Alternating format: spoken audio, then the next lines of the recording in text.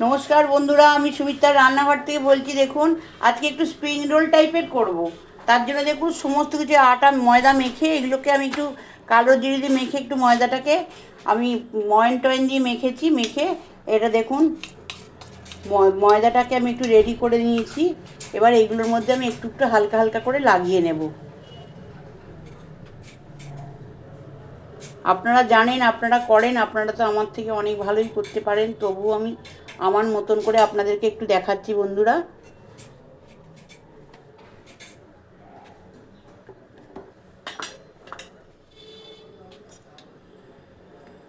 সবের মধ্যে লাগিয়ে নিয়ে ফেরত আসছি। দেখুন বন্ধুরা, সবেতে লাগিয়ে নিয়েছি। এবার আমি একটুখানি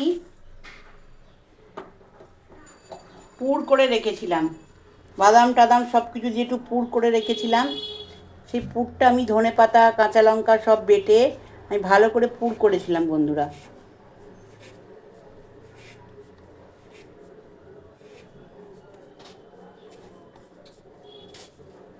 পুরটাকে আমি এর মধ্যে রাখলাম।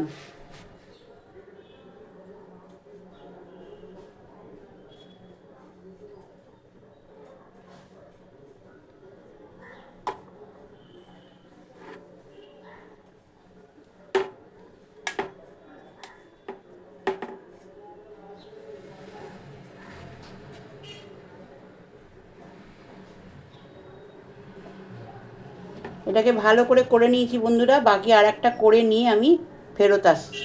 দেখুন বন্ধুরা, এটাকে আমি এরকম করে রোল করে নিয়েছি। এবার এগুলোকে আমি একটু অল্প অল্প করে কেটে নেব।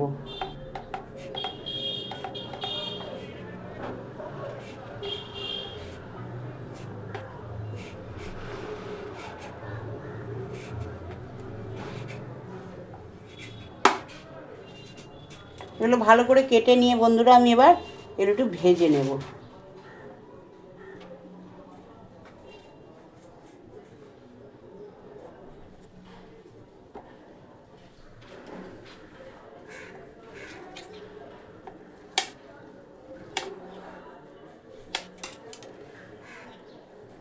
এগুলো একটু ভালো করে বন্ধুরা ভেজে নেব আমি।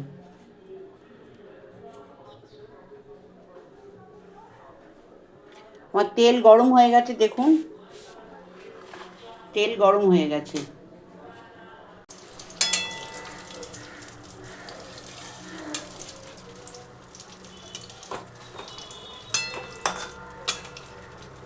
বন্ধুরা, অনেকে কী করে স্প্রিং রোলটা পুরো করে তৈরি করে নিয়ে কেটে নেয়। আমি কিন্তু আগেই ছোট ছোট করে কেটে নিলাম, যাতে আমার সুবিধা হয়, ভাজতে সুবিধা হয়।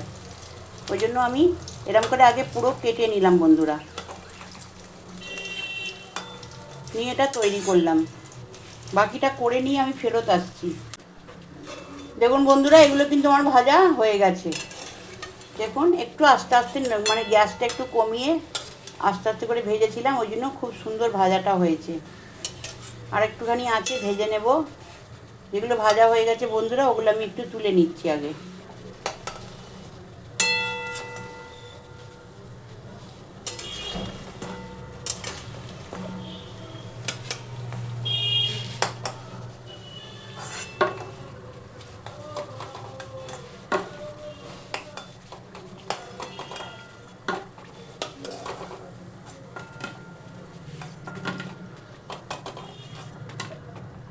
আর কটা আছে বন্ধুরা, দিয়ে দিলাম।